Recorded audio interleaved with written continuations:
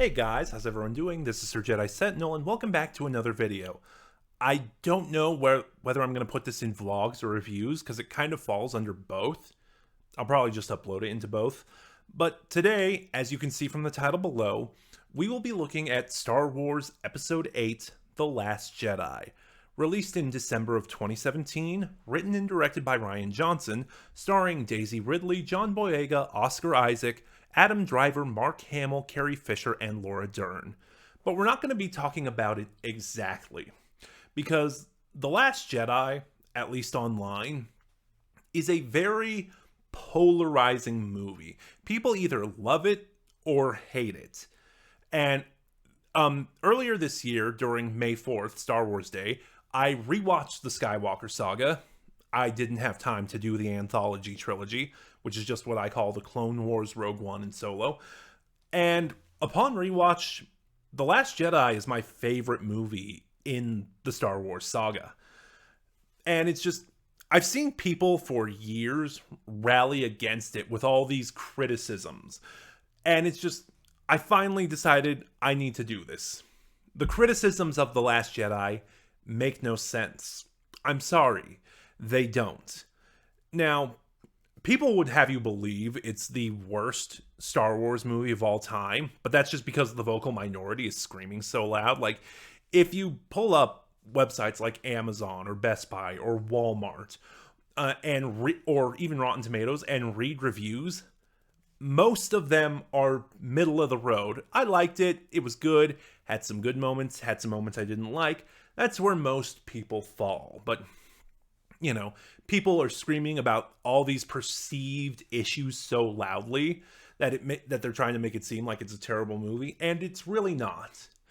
So before we begin, and I'm going to take a look at those criticisms today and kind of point out the flaws in that so-called logic.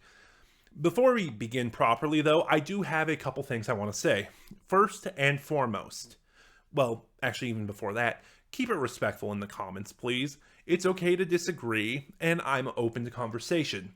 However, if you come here to troll or just post vile awfulness, your comment will be deleted. And finally, now, first and foremost, and most importantly, if you are a person who has legitimate criticisms of The Last Jedi, this video is not aimed at you. It is not targeted at you. Actually, what I'm kind of doing is I'm targeting the talking points that hate merchants, hate mongers, and their parroting audience like to spout at every possible moment. And this is kind of why I'm doing this now, because I thought, the movie's almost 5 years old now. The moment has passed, but people still won't shut up about it. It's like, and I've just had these thoughts so much lately, and with the encouragement of my friends, it's like, okay, if I don't say my piece, it's just going to bug me forever. As for defending my viewpoints, we are only going to look at The Last Jedi and the first 7 movies. The Phantom Menace, Attack of the Clones, Revenge of the Sith, A New Hope, The Empire Strikes Back, Return of the Jedi, and The Force Awakens. Because a good sequel, like The Last Jedi will take the plot points and the story points from its previous movies and expand on them, build on them, grow from where they are, and expand out into something new, which is what The Last Jedi does. Like anything that might come up in the expanded universe or in tie-in materials, we won't be looking at any of that. That's the big thing. So like, say, oh, this was explained in the novelization of the movie. Or, oh, there were comics that detailed this. No. If it was truly an important plot point, if it was truly something major, it should be in the movie or movies itself, not in tie-in material. Also, we will not be looking at The Rise of Skywalker, because The Rise of Skywalker's decision to ignore or retcon plot points in The Last Jedi is not The Last Jedi's fault. It's the fault of The Rise of Skywalker. So, what happened after The Last Jedi really isn't The Last Jedi's fault, because the movie is over and done with. And I will be presenting this as a top 10 list. Well, top 11, because there was just one extra point that I couldn't find to stick anywhere else. And they will be ranked in order of severity. So from, number 11, the thing you might see pop up every now and again, to number 1, the things people try to rally behind all the time and won't shut up about. And also, in regards to that, because there is some overlap, some plot points, some criticisms will be grouped together. I think that's everything, so without further ado, let's just get started. Actually, one more thing I want to address before we get started. Periodically throughout this video, you might see me consult my notebook here. I actually did take notes on a lot of these points I want to talk about. It's only because I feel like this is going to be a really long video. Who knows what'll actually happen, and I'm doing this unscripted. So I want to try and keep my thought processes as concise as possible. So, so I don't go on tangents, or you don't see me in one of my awkward pauses or long rambles as I try to recall something. That's the only reason you'll see these notes pop up from time to time. So the first criticism we'll be talking about, number 11, the opening bombing run. I just want to ghost over this one really fast. So, Poe leading the Resistance bombers against the First Order Dreadnought. People say the Resistance bombers have stupid designs, that these are terrible ships, and that bombs don't work like that. On the bombs don't work like that, this is a universe that heavily relies on intergalactic travel and intergalactic combat. Do you really think they wouldn't have figured out how to drop bombs in the vacuum of space? But that's such a small thing. So the initial bombing run. It's not that the bombers are a terrible design. In fact, they're really not. No, I know where I was going with that. Sorry. These are not Y-wings. These are not fighter bombers. These are not built for, fast runs or precision. To kind of make a real-world comparison, the Resistance bombers are B-52s. And B-52s are not fighter bombers. They are huge. They were there because you don't see them around anymore. They were huge, massive planes. They weren't meant for dogfighting. They were essentially meant for carpet bombing campaigns. They were designed to drop large payloads over wide areas. And that's what the Resistance bombers are. These are not precision fighters. They are meant for essentially a scorched earth campaign. And that's really the problem. Poe chose the wrong tool for the job. And that's why I'm ghosting over this one so fast, because we are going to talk about that a lot more when we get to Poe's point. It's not that the bombers have a terrible design or are bad ships. They're not. But, it's just they have a specific mission objective they were built for, and Poe did not use them for that kind of mission. Also, I'm not taking this into consideration, and I said we wouldn't be looking at tie-in materials, but I honestly feel like LEGO Star Wars The Skywalker Saga, the video game, really fixed that up, because in the Starfighter missions and stuff, when you unlock it, the Resistance bomber is the most powerful ship in the game. Its primary cannons do an insane amount of damage, and it has infinite torpedoes. Again, not something I'm taking into consideration, just a fun little footnote to end on. Alright, moving up one to number 10, Admiral Akbar's death. This is one that people got insanely mad over. They see it as incredibly disrespectful. That's got its own talking point further down the list, so I won't be talking about that here. Or that Admiral Akbar should have been the role Admiral Holdo played in this movie. And my only response is, why? Admiral Akbar only had maybe between 3 to 5 minutes of screen time in Return of the Jedi. And the only reason he's so famous is because he has one line that's become a meme. And I know a bunch of you are now getting at your keyboards ready to type, but he did stop. You're going to probably throw at me some expanded universe thing. He did just stop. Look, I love the expanded universe, but we need to let that go. Like, I love expanded universe. I love canons. I love legends. I love canons. I love the new canon. I love legends. But we need to let that go, or we need to accept that we are a niche. Those of us who really love the expanded universe, we are such a small minority of the larger Star Wars fandom. And for the vast majority of Star Wars fans, you know, their Star Wars for them starts and stops at the movies. TV shows are kind of a weird middle ground.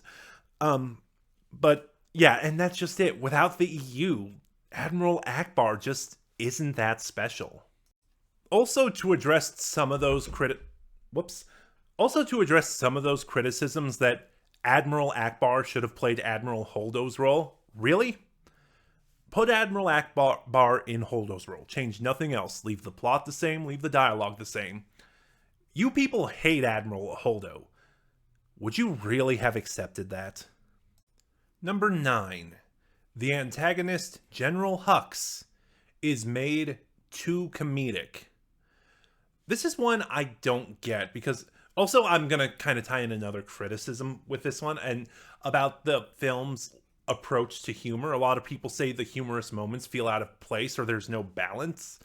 Just on that, I'm going to say it's about as balanced as the original trilogy. Like, every so often in these serious moments, the original trilogy would cut to a joke and, you know, like one joke and then get back to being serious. Like, simply put, The Last Jedi is no worse than other Star Wars movies. And it's not as bad as The Phantom Menace. Like, the Phantom Menace, that was a movie who did not know how to balance its humor. Probably also didn't help that a lot of the humor in The Phantom Menace is not funny.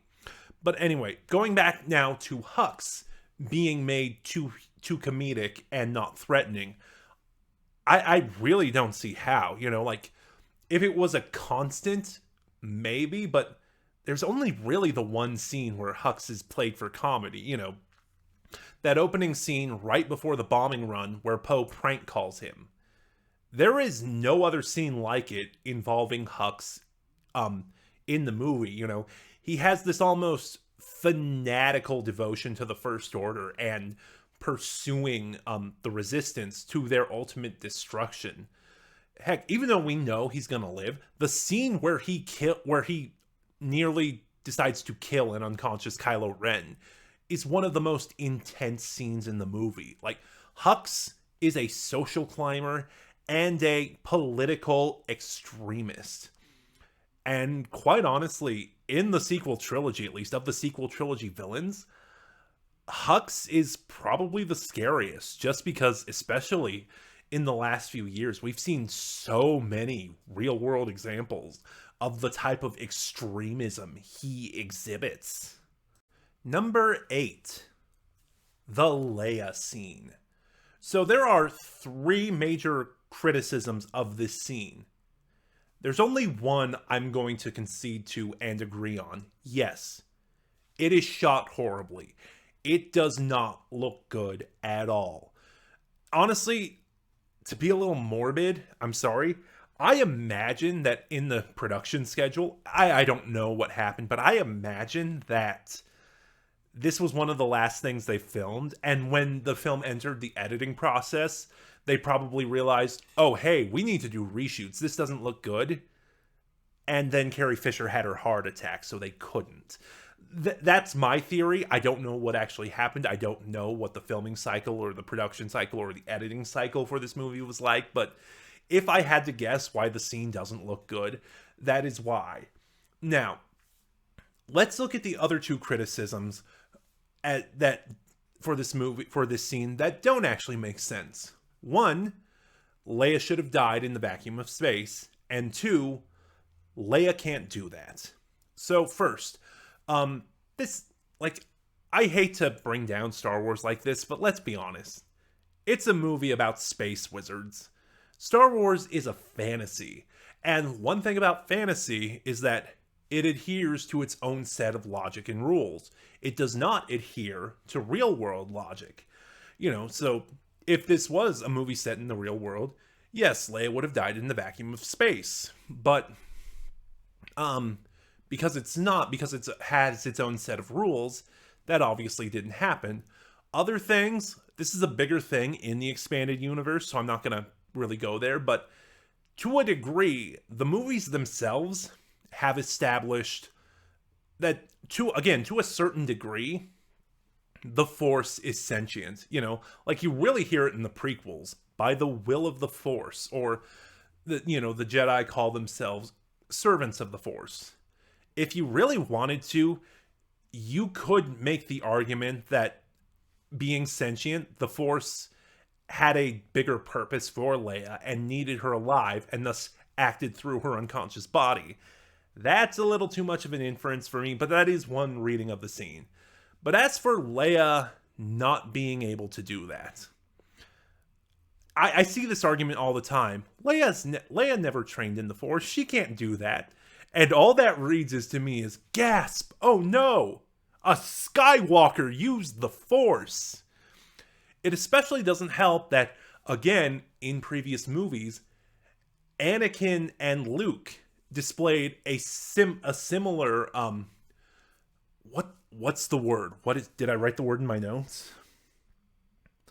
Anakin and Luke were I didn't, but Anakin and Luke were able to display a similar natural latent talent for the Force, with no training whatsoever. It is very heavily implied that it was Anakin's connection to the Force that helped him win the pod race in The Phantom Menace. And despite a very rudimentary teaching in A New Hope, Luke, drawing on an ability he was never taught how to do, Luke was able to draw on the Force and destroy the Death Star in A New Hope. And that brings me back to my comparison. Leia can't do that. Oh no, a Skywalker used the Force because, again, we've seen Skywalkers do similar things. Also, it's just a payoff that I had wanted for a long time. Ever since it was revealed Leia was Luke's sister, I wanted to see some display of Leia using the Force. Not necessarily becoming a full-fledged Jedi, but at least seeing her use the Force to a degree. So I really personally love that scene. One more thing I want to add here too is that, as for people saying Leia can't do that, the Force can do whatever it wants to do. Like, this is something I've kind of realized in the past few years. The Force is plot hole spackle. It can do pretty much whatever the writers needed to do in the moment to get as a get out of jail free card. And this is nothing new. This has been a thing since A New Hope. Number 7. Snoke's death and the killing of the main villain. Okay, slight potential spoiler, because I am doing these unscripted, but I feel like after I list the criticism, my opening line is going to be, no it isn't, no it doesn't, that's not what happened, or some variation of that. Yeah, because I'm not my creative myself, but yeah, a lot of people got really mad at this for some reason. Personally, I didn't care. This issue in particular, and I would probably bring this up again later, but this is this is an example of Rian Johnson working with what J.J. Abrams established in The Force Awakens. And I'm going to be this is probably going to be me at my most scathing. When it comes to an IP he's working on that isn't original. So when it comes to something pre-existing that he's working on, J.J. Abrams is an uncreative hack who relies solely on fan service and nostalgia bait. Star Trek Into Darkness. So, really, with Kylo Ren and Supreme Leader Snoke, all Abrams did in The Force Awakens was create a Vader-Emperor dynamic. And I'm sorry, as far as villains go, Snoke wasn't all that interesting. Made even less interesting by the fact that, by the reveal in The Force Awakens, that it was just a hologram and he wasn't actually a giant. And so Rian Johnson took this pre-existing point and actually did something interesting with it. He said, no, in this comparison, Kylo Ren is not the Darth Vader. He's the Emperor. So, and that is probably the most disappointing thing about The Rise of Skywalker. I'll get to that in a minute. But he basically said, no, Snoke is not the main villain of this trilogy. Kylo Ren is. You know, it's so like for killing off the main villain, nope, Kylo Ren is alive to the end of the movie. And that is probably the biggest disappointment of the Rise of Skywalker, that, you know, J.J. Abrams, again, probably because he's not all that creative, decided he couldn't write a story about that. Before we get into this one, I'm just going to pull up a random screenshot for it, because this criticism is for a more more abstract, I guess is the word.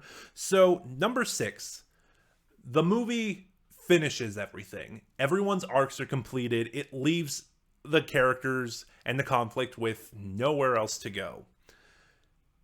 Well, yes, I'm going to open with that. Everyone's arcs are completed, because that's what a ongoing movie series does. It completes everyone's pre-existing arcs, and sets the stage for new arcs to begin, so they can have new growth and new developments. So like, I'm really gonna read into my notes on this one. Yeah. Oh yeah, that was one of my more scathing comments on this. Yes, the movie ends everyone's arcs. That's called progression, because now new arcs are started. Like I just said with the previous points, Kylo Ren has settled his inner conflict. He knows what he wants to be. He doesn't have the conflict of the light and dark in him anymore. He is the supreme leader of the First Order. Rey has similarly gotten the answers to the quest she's been on. She knows where she came from. She knows who she is now. And she's no longer bogged down by that mystery. So she's ready to face the First Order. Finn and Poe, I'm going to go over really fast because we are going to talk about them a lot more later. Poe now knows what it means to be a leader, and he's ready to step up and actually lead the resistance. Similarly, Finn has figured out his own conflicts and is similarly ready to stop running and face the First Order. Like I said, yes, everyone's arcs are created, but the series isn't over. New arcs have been established for them to go on and continue for the next movie. And again, what Rise of Skywalker does, not this movie's fault. So we're coming back to it now. Remember when I said in the Admiral Akbar segment that people thought killing off Admiral Akbar was disrespectful? Well, number 5. The movie disrespects Star Wars, preaches a let the past die philosophy. So on that, just given where the whole let the past die comes from, you know, Kylo Ren. Yeah, because when I have a point or moral in a story, I totally put it in the mouth of the villain. Anyway, so yeah, a lot of people, because of that, seem to think this movie is offensive to Star Wars fans. And I don't really see how. This is one of those things where I have to ask to those hate merchants and hate mongers, did you even watch the movie? Because, so, throughout the movie, we have 2 characters who are trying to live by a let the past die philosophy. Kylo Ren and Luke Skywalker. And at key defining moments, I kept wanting to say divisive. I knew that wasn't the word. At key defining moments for them, representations of the past come to them and basically say, no, you're wrong. For Luke, it's Yoda. And then for Kylo Ren, it's Luke. You know, this movie isn't being... In fact, this movie fully embraces Star Wars. It's just saying, it's okay for you to respect the past, love the past. You can't just stay stuck in it. You have to grow and move on. It's still there for you to call back to love. But you have to develop more and move on. And that's what this movie preaches. You know, growth. Number 4. Rey is a Mary Sue. Oh boy, so now we're getting into the big ones. The criticisms you'll always hear people try to bring up about this movie. So, for this plot point, I will be using the proper definition of Mary Sue. A character, usually female, and that's me because I believe Mary Sue is a unisex term. So a character, usually female, who is presented as perfect, has no flaws, accomplishes everything they set out to do with no struggle. So, and this is one of those things, because again, hate mongers, especially in recent years, have co-opted Mary Sue to just mean woman who exists and is usually the lead character. Like Mary Sue for them is just rooted in their misogyny. So yeah, just looking at the actual definition of what a Mary Sue is, again, Rey is not. As for accomplishing everything she sets out to do, in this movie in particular, Rey has two objectives. Get Luke to join the Resistance, and get Ben to turn back to the light. Yeah, accomplishes everything she sets out to do. She fails at both of those. By the time she leaves Ahch-To, Luke is set on living in exile. Yoda is the one who sets Luke on the right path, and it's through Yoda that Luke joins the Resistance. She doesn't get Ben to turn to the light at all. He becomes Supreme Leader of the First Order. And then in the next movie, when he turns to the light, it's not because of Rey, it's because of Han and Leia. So already, the objective she set out to, she's failed. Rey is not a Mary Sue. Also in that regard, Rey's personal quest to find out who she is and where she came from, because she doesn't get the answers she wanted, you could take that as a failure. She still gets answers, yes, but she was obviously looking for a very specific answer, and she doesn't get that. You could take that as a failure. I feel like that's a more abstract reading of it, but that's just me. Let's see. And as for having no flaws, Rey has quite a few flaws, and actually going back to accomplishing everything she sets out to do. That's just in this movie.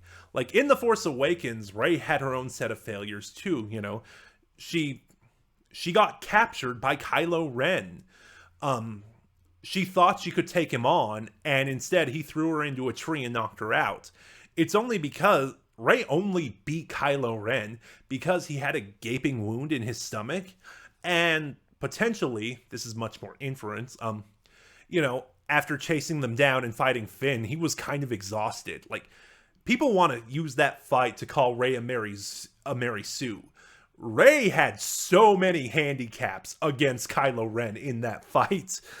And also, and as far as having no flaws, Rey's most prominent flaw that you see in here in The Last Jedi, kind of in The Force Awakens, and becomes a major thing in The Rise of Skywalker.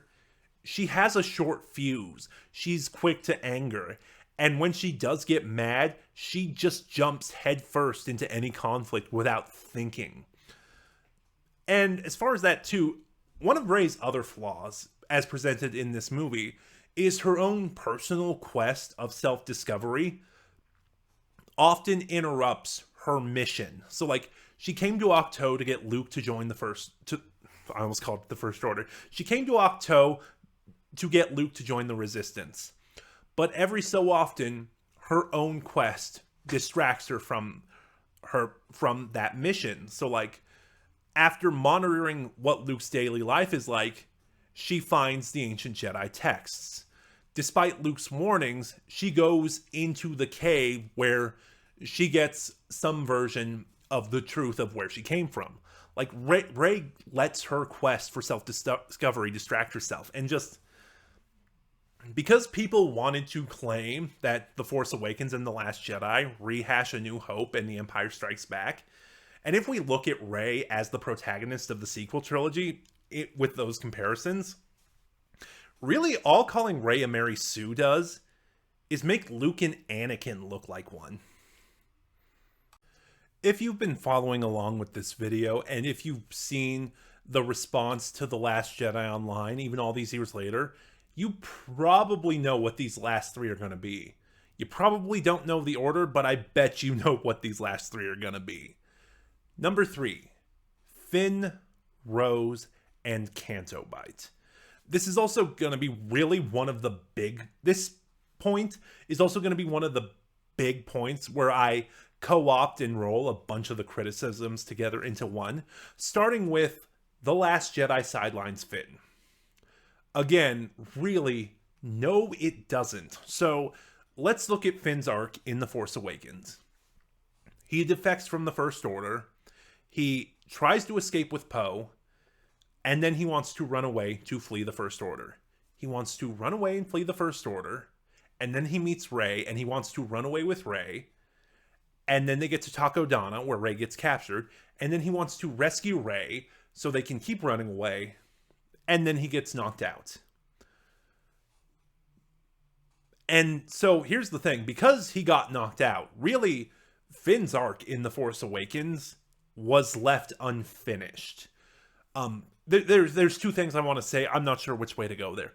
So, first of all, I'll just say, because this one is much more opinionated, for the character of Finn, really The Last Jedi is his best movie. You want to talk about sidelining, Rise of Skywalker sidelines him, but The Last Jedi is his best movie because it picks up where his arc left off. He wakes up, he wonders where Rey is, and then when the First Order bears down on the Resistance, he wants to run away again, and that's where he meets Rose. And through Rose and his adventures on Canto Bight, he finally learns, and even the character of DJ a little bit, he finally learns that running away is not the answer, because I totally forgot where I was going with that. Running away is not the answer. He can run away all he wants, but all that's going to mean is the First Order's going to win. Like, Finn is scared he's going to lose his life, he's going to lose his friends, he's going to lose everything. Rose is kind of the exact opposite of him. She already has lost everything, and yet she keeps fighting. Like, it is through Rose and his experience on Canto Bight that Finn learns he can't run away anymore, because that's not going to accomplish anything. Like, if that's his goal, he's never going to succeed because the First Order's grip on the galaxy is going to tighten, and eventually running away will be fruitless. But also that, no one will do anything if people just run away from the First Order. Another point I'm going to roll into this, because, I am talking about Finn, Rose, and Canto Bight. People call Canto Bight pointlessly political. Really? The movie franchise that features a trilogy about a group of young upstarts taking down an oppressive government, or another trilogy about how complacency and non-action allows a government to turn into a dictatorship? You're telling me that a movie from that franchise has politics in it?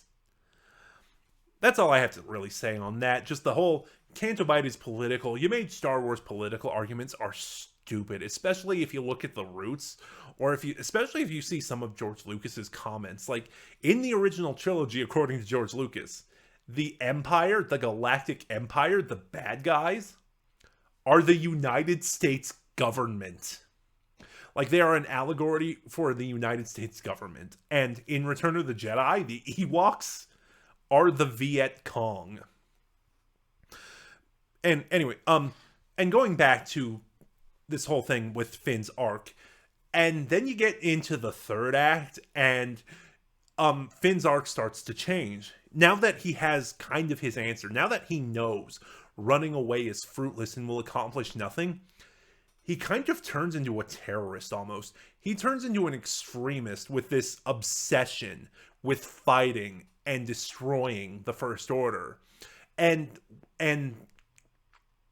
So, he goes from one extreme to the other. And then he has to be pulled back. He has to be pulled back to sort of the middle. And that kind of brings us also to the last point that I'm going to roll into this one. Why did Rose stop Finn from charging into the cannon?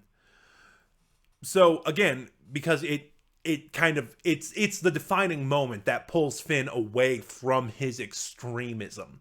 It brings him much more, it balances his character out. He knows he has to fight the First Order, but now he knows when he's going too far. But also, more importantly, visually, so I'm gonna get scathing at these hate mongers again, who seem to have never seen a movie. Film is a visual medium, and often when talking about that, you hear the expression show, don't tell. Show what will happen rather than vocally explaining it. And that's in that scene what the movie is doing. As it flies towards the cannon, you see Finn's speeder falling apart to pieces. And, the cannon is seconds away from firing. Like, you can see the sweat on Finn's face from the heat of the cannon. All visually done, really cleverly visually done, to show that what Finn was planning to do was not going to work. One of two things would have been the outcome there. The cannon would have fired, vaporizing Finn before he made contact, or because of the state of his speeder and how much it fell apart, he was just going to impact on the surface with no effect. That's why Rose stopped Finn, because it wasn't going to accomplish anything. Number 2, the Poe and Holdo subplot. Especially, why didn't Holdo tell Poe the plan? So, even though this is not number 1, number 1, the thing you see the people talk about the most in regards to The Last Jedi, I think this might be the longest segment, especially because I took the most notes on it. So, first of all, let me get this out of the way, because this is a defense of this plot I've seen a lot. Some people speculate that the reason Holdo didn't tell Poe the plan is because she was operating under the suspicion that there may have been a traitor on board the Resistance ships. Like, someone was giving information to the First Order about their movements and stuff. I'm not going to lean into that as a defense, because the movie never leans into that as a defense. There are other things to talk about. So the thing people don't seem to realize about this plot point is that Poe inadvertently is the antagonist of his own arc. Hang on, I really liked how I wrote that, so I wanted to see where I went after that. So, let's go back to the opening bombing run, where, as I mentioned, Poe lost the Resistance an entire bombing fleet because he chose the wrong tool for the job. If you listen to his dialogue with Leia, there was no strategic value in taking down that dreadnought. There was, because the plan was to escape while the First Order and the dreadnought were busy destroying their base. Poe hijacked that plan, committing dereliction of duty, by the way, in order for this win. Poe is a glory hound. Like I said, there was no strategic value to destroying the dreadnought. He wanted it for the bragging rights. He wanted to say, hey, I destroyed a dreadnought.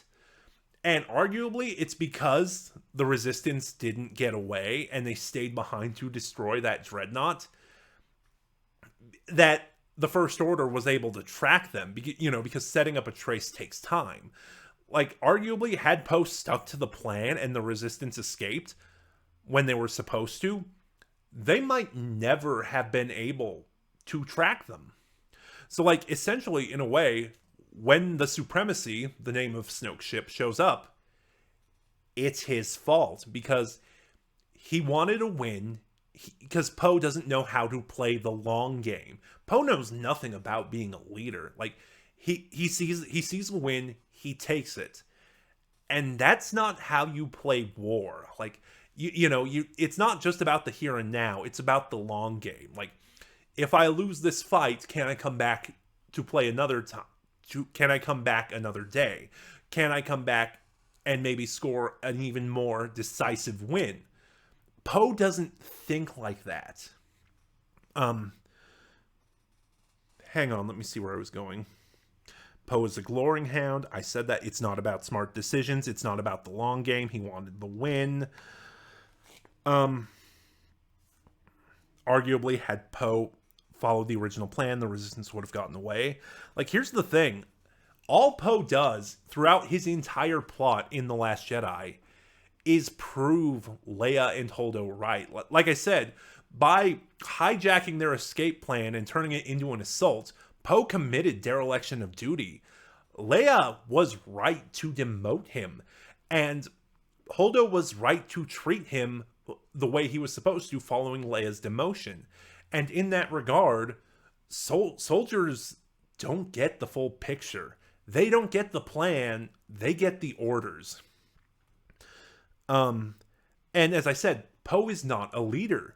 That's his arc. He wants the glory, he wants the win. But by the end of this movie, through Admiral Holdo, seeing what she does, especially after Leia regains consciousness and has to have it spelled out to him, he learns about being, he finally learns what it means to be a leader. He knows now when to make the tough calls. Like, again, the Battle of Crate, the speeder run. When he realizes they're about to lose, he calls for a retreat. He knows Luke is facing the First Order to buy them time. So he knows that, they can't help him. He needs to take Luke's sacrifice so they can find a way to escape. And besides, just given where he was at that point in the movie, when Admiral Holdo took command, if Poe knew the plan, what's the worst he could do? Vehemently disagree with it, go behind Holdo's back, send his two friends onto the capital ship of the First Order in what would most likely be a suicide mission. Oh. And there's something about that too, because in a way here, Canto Bight is not just important to Finn's arc, it's important to Poe's arc, because had he stuck to the plan and Finn and Rose never went to Canto Bight, they never would have met DJ. And then when they got captured, DJ never would have sold the Resistance out. So just again, because of where he is, Poe, because he sent Finn and Rose to Canto Bight, DJ selling out the Resistance and the First Order destroying their escape vessels is once again Poe's fault. And, like I said, it all contributes to Poe learning what he needs to learn in order to be a leader. Get him ready in that position to take command of the Resistance and know how to wage a war and how to fight the First Order. This plot point for me took up 3 pages of my notes. Was there anything else that I'm missing? And just on top of that, like, the movie never gives us a reason to distrust Admiral Holdo. Like, a lot of people say, she was acting so sketchy, or she could have been a spy or something. Like, not really. The movie doesn't give us a reason to ever distrust her. It gives us plenty of reasons to show why Poe's in the wrong. And number 1, the biggest criticism of The Last Jedi that makes no sense, that if you're going to go onto a Twitter thread and see someone complain about The Last Jedi, this is more often than not what you would see. Number 1, the characterization of Luke Skywalker and the Luke would never argument. So let me look at my notes again, because again, I took a lot of notes on this one. And unlike the other criticisms I was talking about throughout this video,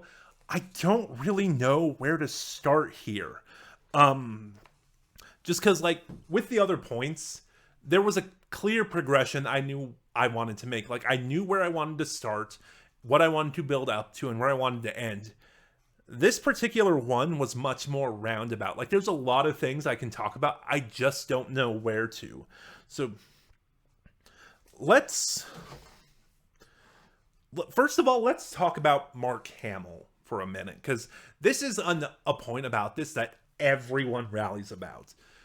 When the movie was first being promoted, Mark Hamill, in an interview, talked about his disagreement with Rian Johnson over the characterization of Luke Skywalker.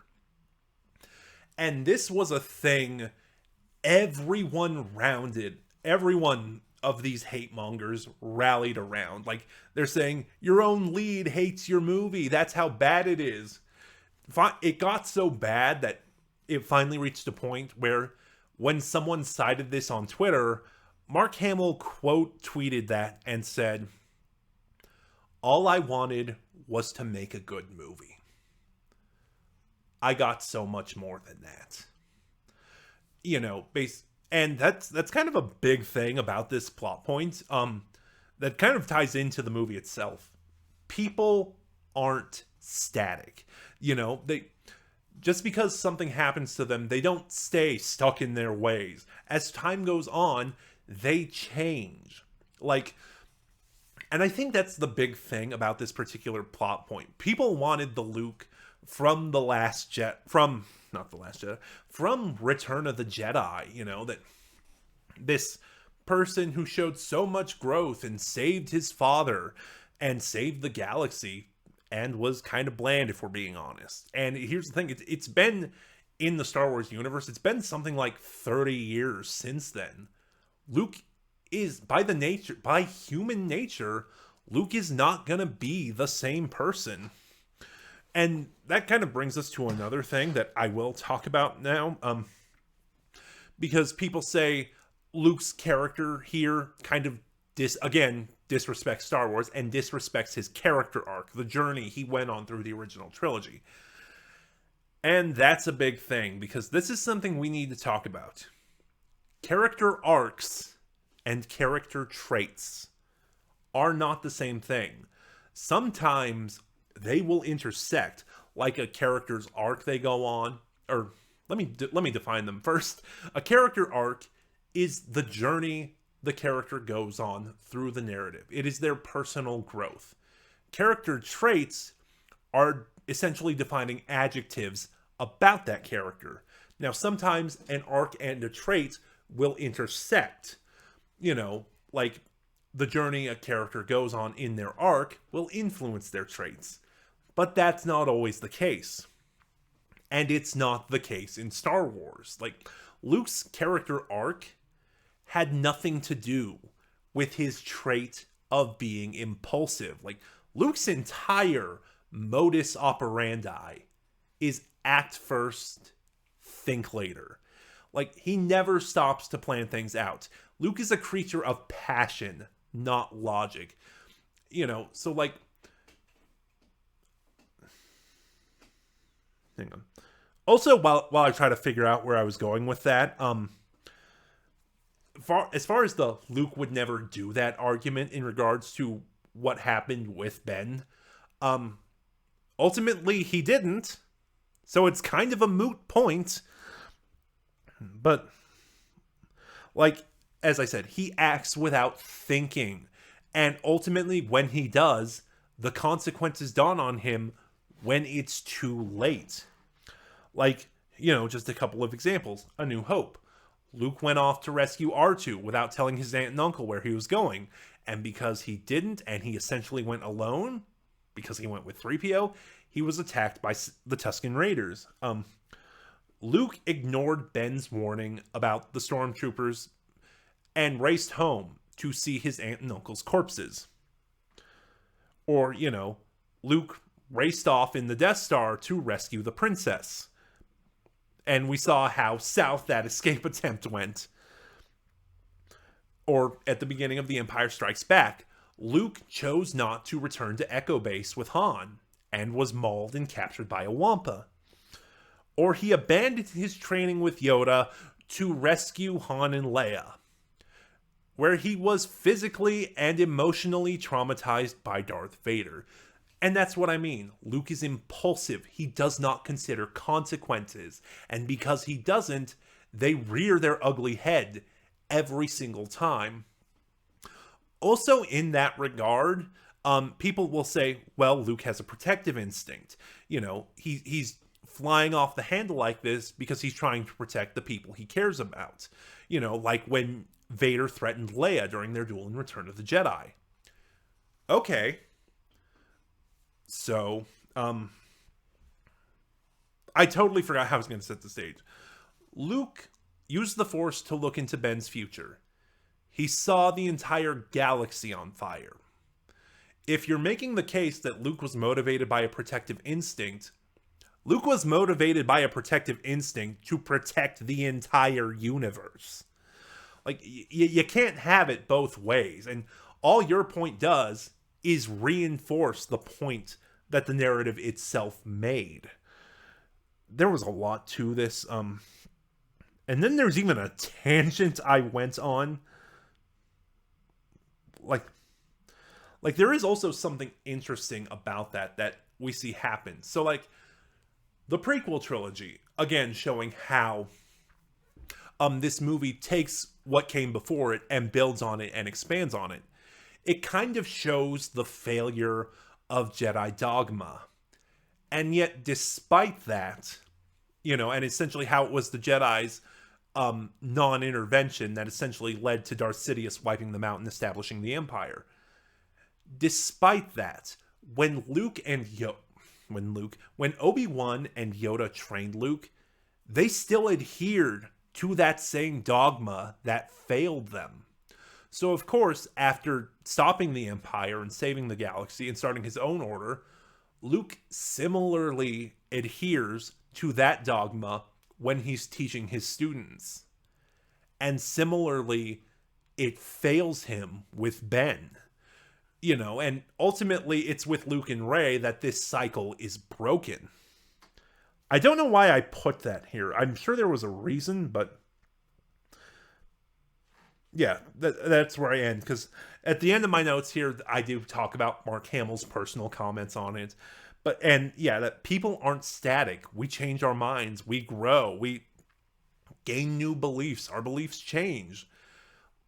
And, you know, and sometimes, even then, even after all those years of growth, sometimes our nastier, uglier sides that we wish to suppress, like impulsiveness, still rear their heads with bad consequences.